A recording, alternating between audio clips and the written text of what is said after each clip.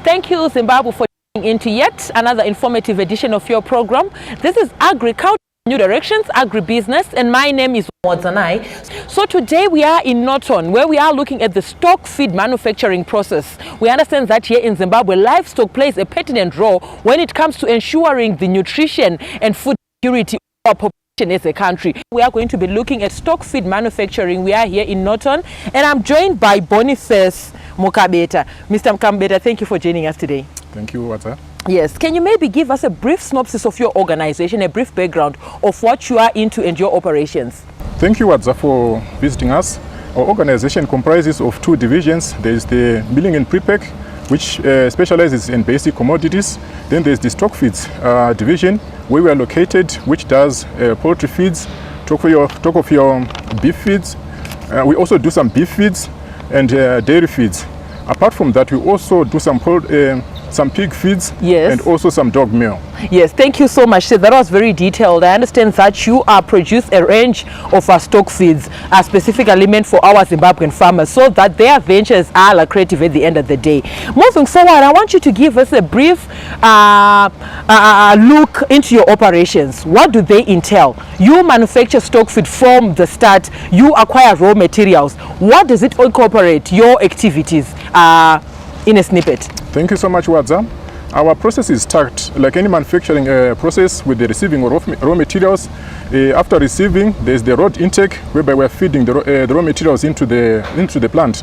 Our main raw materials are grains, maize and soybeans. Okay. After the feeding of raw materials into the plant, there's also the pre-cleaning of the raw materials to get rid of unwanted materials like your stones, your metallic objects, and straw. Then from there, our grains now are taken into a grinding mill, where we are reducing the particle size of our raw materials. Then from there, if it's soybeans, it's now taken into an extruder, where we are now removing some unwanted non-nutritional factors from our materials. From there, all the materials that have been semi-processed are now stored in some batch bins in preparation for mixing. Then after the storage stage, we now move into the mixing of raw materials, whereby we mix our raw materials in batches of 1 ton. From mixing, we now move, if it's for broiler feeds, to the pellet mill, where we are now compressing our raw materials into a high-density material, which is a full product. Okay. From there, if it's the meshes, they don't need to pass through the pellet mill. They just go straight to the bag-off section. So from the pellet mill, we go to the crumbler, where we are breaking down our size of our particles for the sake of the small chicks. Then after the pellet mill and the crumbler, we move to our bag-off section, where we are now do the packaging of our materials. In terms of bagging of our materials, we've got two sizes. We've got the big bags, which are 50 kgs. Then apart from that, we also do some small packs for the small scale farmers, the 10 kgs and the 20 kgs.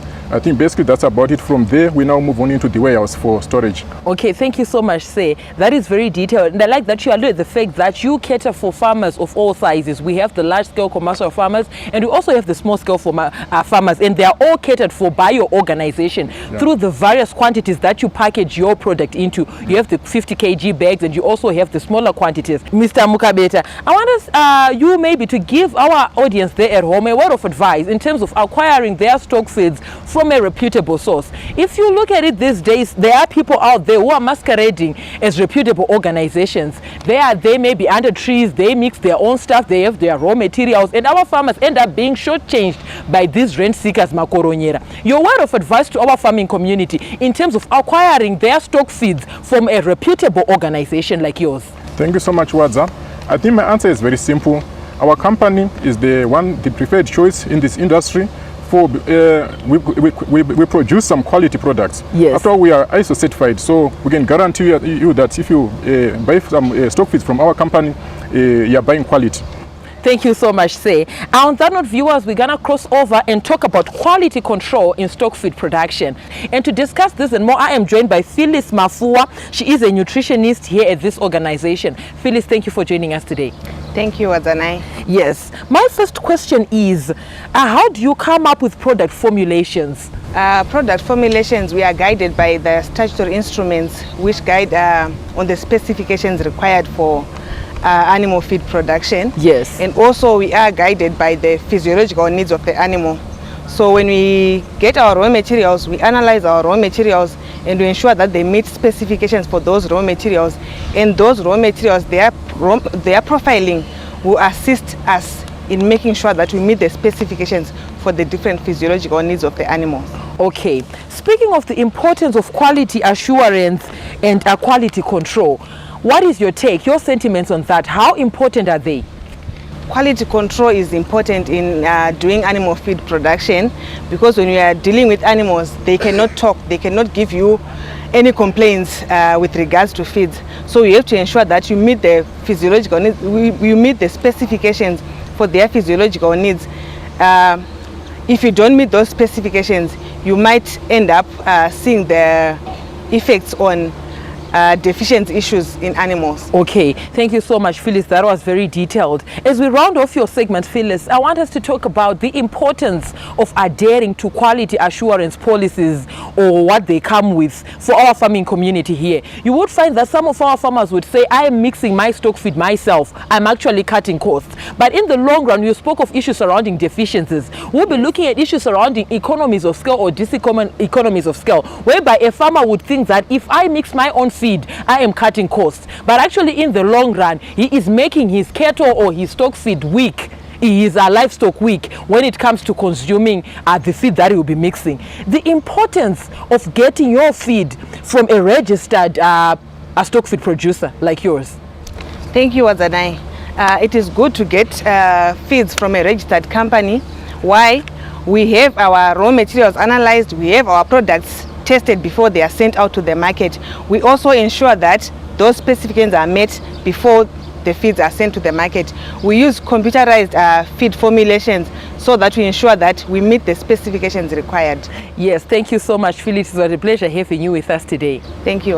There you heard it, viewers. This is Phyllis. She was telling us of the importance of quality control and quality assurance in stock feed production, because animals do not talk. However, they give results which can be negative or positive. At this point in time, I'm joined by Mr. Ruwanza. He is the sales and distribution manager at this organization. Mr. Ruwanza, thank you for joining us today. Thank you, Wadzanai. Yes. Can we talk about the stock feed products available for our livestock farmers here in Zimbabwe? Thank you for the opportunity, Wadza. We are the experts in animal nutrition. Yes. We believe our products are the best for the market. I will start with our poultry range of feeds. We have our broiler feeds. Okay. You know, the three-phase feed, the broiler starter, the broiler grower, and the broiler finisher. Yes. This feed is designed in such a way that after 5 to 6 weeks, the farmer must be happy to harvest birds more than 2 kgs. Yes. So these broiler feeds are specifically designed to get profit for the farmer. Okay. We also have layers feeds. We have the whole range of layers feeds, from the pullet, the chick mesh, the grower, the layers mesh, and the layers mesh 2. We have 2 types of layers feeds. The layers mesh 1 designed for the early layings birds, then the layers 2 for the late layers. Okay. So all our layers feeds are designed also to cater for the needs for the layers farmers. Okay. We also have the pig feeds, from the creep feeds to the sow and boar. We also do concentrates for the same feeds. We also have the roadrunner feeds for those that keep the roadrunner chickens. Okay. We have the roadrunner from the chick, the grower, and the adult feed. We also have feeds for our beef farmers, those that want to maintain their cattle. We have the beef maintaining feeds. We also have the beef fattening feeds. We also accommodate the dairy farmers. We have the whole range of dairy feeds for those that are into dairy. We have our premium dairy feeds, 16% protein, and we have our standard 16, and then the premium feed 18%. Okay. So we cater for the dairy farmers so that they get the better yields on the milk. Okay. We also don't forget those that keep dogs. We have dog food here. Okay. So all we are saying is, all the needs for farmers, they will get the feeds. Okay. Yes. Thank you so much, Mr. Ruwanza. I want us to move right along and talk about your distribution network. Where are you located? across the various geographical locations of this country? And also, how can farmers have access to you, to your organization or your personnel? Thank you. Our manufacturing site or our production center is in Norton, Okay. where we are right now. This is where we do all the production. All our feeds are produced here. We have about 40 outlets that stock all our products. So farmers are assured of getting all our products from our outlets. We also have independent distributors and other partners who also stock our products. All we want to do is to make it easier for the customers to get access to our products. Okay, there you heard it, viewers. This is Mr. Sheono Paruanza. He is telling us that their main goal and objective is to make it easy for our farming community, those that are into livestock production, to have access to products, to stock feed, which is very pertinent when it comes to domesticated animals. On that note, we are going to go on a short commercial break.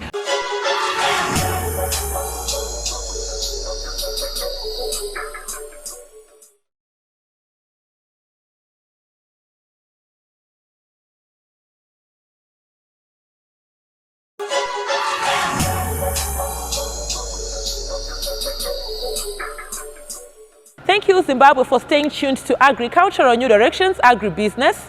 At this point in time, we are in the second segment of your program. Now, viewers, we encourage you to be a part of these conversations. Feel free to get in touch with me, the producer, Wadzanai Manyore, on 0772-807-506. Alternatively, you can like our Facebook page, Agribusiness with Wadzanai. We are also now available on Twitter, and our Twitter handle there is at Agribusiness110. Make a follow-up on this episode and more, and leave your comments and suggestions. They are very helpful to our community on our YouTube channel, Agribusiness with Wadzanai. Now, in this segment, we are going to be looking at value addition, processing and manufacturing of traditional grains here in Zimbabwe. We are talking of health eating habits, and even as we talk of food security, we also take a step further and talk of food luxury, where we are saying the tastes and preferences of our population is differing. We used to talk about sadza, our normal sadza, where we consume white maize, but we are also talking of rapoko meal, finger millet, sorghum meal, where we are encouraging healthy eating habits.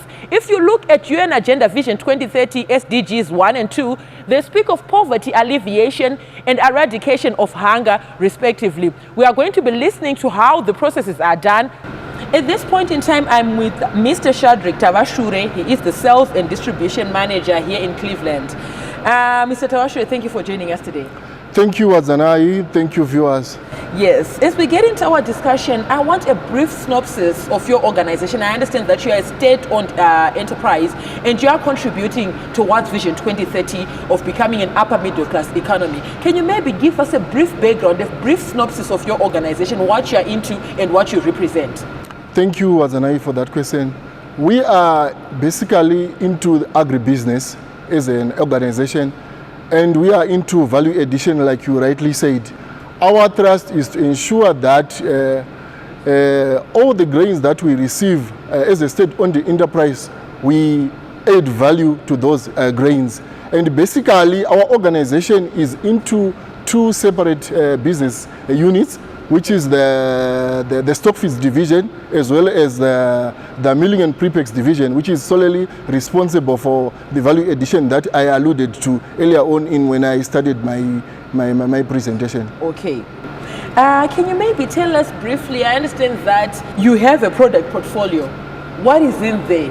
What are the products? Okay, thank you, Wadzanai. Basically, our product portfolio is made up of Millimil. Millimil, that's our flagship, and that's our major brand. We also have the traditional grains. As you will appreciate that we also are alive to the fact that we need to contribute meaningfully to the wellness and nutritional value of our customers. So we are also into traditional grains. After traditional grains, we also do SEMP. After SEMP, we also have various brands of our rice, which is the parboiled rice. We have white rice, as well as our premium brands of rice. And over and above that, we also have sugar beans. We also have popcorn in our product portfolio. We also have cooking oil. Some of our products that we import from outside the country. And basically, those are our products, Wadzanai. Okay. Now, if you look at it, Mr. Tawashure, we have issues in our economy that include food security, whereby our government is encouraging production. Yes. And we have the farmers who are at the initial stages of our value chain. They produce, yes, and you are into processing, value addition, and beneficiation. We also have issues surrounding export growth. Yes. We also have issues to do with import substitution. How are you as an organization complementing government efforts in order to ensure that we address issues that I've just highlighted, and that we pave way towards achieving Vision 2030 with a healthy citizen, with a healthy population, whereby the youth will also be healthy, their eating habits are also complemented by the foodstuffs that you produce? Basically, as an organization, as a state-owned enterprises, we are mandated by the government to make sure that we distribute and avail products that are affordable to the general populace, and we have what we call the 7 basic commodities that we are offering as a state-owned enterprise. And those 7 basic commodities, they are comprised of cooking oil, sugar, salt, beans, among some of the other 7 products that I'm talking about. So basically, that's how we are also complementing and ensuring that we avail those products, ensure food security at household level. We are also adding value to our small grains, which we are coming up with sorghum mealie meal. We are also doing rapoko mealie meal, and we are also doing a millet meal. As if that is not enough, Wadzanai, we are also interested to tell the viewers that we are also into the export market, and we are exporting our coffee. We do coffee in Mutare as a state-owned enterprise, and we are adding value to that coffee, and we are seriously pursuing that market, which is the export market. And I'm happy to tell you that plans are afoot on that direction, and we are very, very much excited to tell the nation that basically we will be generating foreign currency for the country. And look into the future as a state-owned enterprise under the Ministry of Lands, Agriculture, Fisheries, Water and Rural Resettlement. What are you looking into the next 5 years? What are your prospects?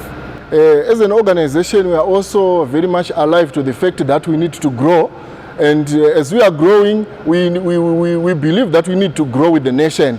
And let me tell you, Wadzanai, that we are also, as a state-owned enterprise, on an expansion drive. Okay. So to speak, yes.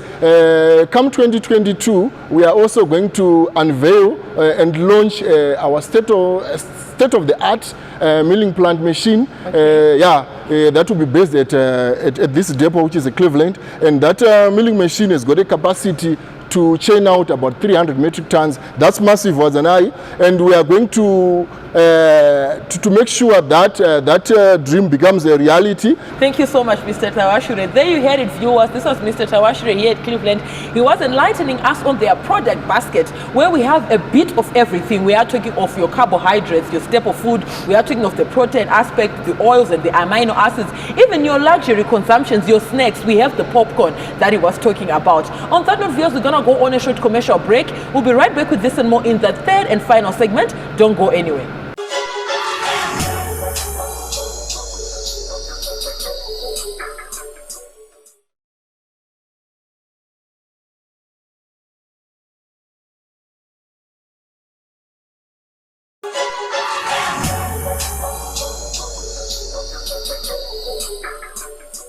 Thank you, Zimbabwe, for staying tuned to Agricultural New Directions, Agribusiness. We are in the third and final segment of your program. And today we are here in Cleveland, in Masasa, where we are looking at production processes that are taking place there. We are talking of food stuff that are being produced for the betterment of our economy and our nation. We need a healthy nation as we pave way towards achieving Vision 2030 as a country. Now, we are just not limited to food security. We are also talking of issues surrounding food luxury, where we are saying our preferences and tastes are shifting from just the basic commodities that we are used to consuming, but also we need the luxury stuff, such as popcorns. We have snacks that we incorporate in our diets. Now, at this point in time, I am joined by Mr. Tafadzwa Hungwe. He is the factory manager here. Mr. Hungwe, thank you for joining us today. Thank you, Wadzanai, and welcome you to Cleveland Industrial Park. Thank you so much. As I've highlighted earlier, today we are looking at the production processes of foodstuffs that are being consumed by Zimbabweans or even abroad. We are talking of our export growth and export markets. Can you maybe take us through your production processes? What do they incorporate? What is it? What are you into? What do you use in terms of fuel, etc., etc.? You've got a various array of production processes like, for example, we have small grains, which are traditional grains. We have got also sugar beans, we have got slow rice, we have got also mealie meal, and also do semp. Okay. And all these, they are supported by the state-of-the-art production plants. Like, for example, behind me, there is a traditional grains plant which produces to the tune of about 10 metric tons per day. Okay. And this is a traditional grains plant which do the roasting, which do the sifting, separating sand or other required materials from the grain, okay, so that it will be milled and packaged with the rightful qualities. Okay, thank you so much, Mr. Hungwe. I want us to talk about the importance of quality issues. We are talking of quality assurance and you checking the products that you are producing, because we are talking of stuff that it will be consumed by the population. We are encouraging health eating habits, but we also want to ensure that people are not consuming contaminated food, because this is food. And even if you look at our export markets, they have certain standards that they require when it comes to for them to import foodstuffs from Zimbabwe. Can you maybe take us through the importance of quality assurance and quality issues at your factory? Well, thank you. At this point in time, I would also want to advise our viewers that we have got a state-of-the-art lab which we have established here at Cleveland, which we test the raw materials as at intake, and we have got also inline processes where we test the quality of our products during the manufacturing phase, and as well we do test after production. We take our products to the lab so that we ensure that they conform to the required standards. Okay. You know, customers, consumers of today, they are particular when it comes to quality issues, and we also not want to pump into the market raw materials which are inferior to the required standards. Okay. So that is what I can say is important in terms of raw material testing. Okay, thank you so much, Mr. Hungwe. It was a pleasure having you with us today. Thank you, Wadzanai. There you heard it, viewers. This was Mr. Hungwe. He was taking us through the production processes here at Cleveland factory. Now, if you look at the value chain, we have 5 stages that are there. We have our research, where we have our researchers and the various institutions that take part to ensure that production, which is the second stage, is done effectively. We also move on to processing, which is what we were witnessing here. We're looking at value addition and beneficiation of the raw materials that emanate from our producers who are at the farmers, who are at the second stage of the value chain. Then we move on to marketing, where we're talking of the distribution channels that we have here in Zimbabwe across the geographical locations of our country. We have 10 provinces, and this organization was telling us that they have various retailers, wholesalers in the various provinces of our country. Finally, we have consumption, which is where you and I feed. We are talking of eating, quality products. We have the basket, where we're talking of carbohydrates, proteins, vitamins, oils, and even the snacks that you'd want to incorporate in your diets. From me, your host, Wadzanai Manyore. I'm also on Instagram. It's W Manyore. And the crew behind the scenes, Mukoma Dani, Daniel Muranganwa. Have yourselves a fabulous evening. Thank you for watching.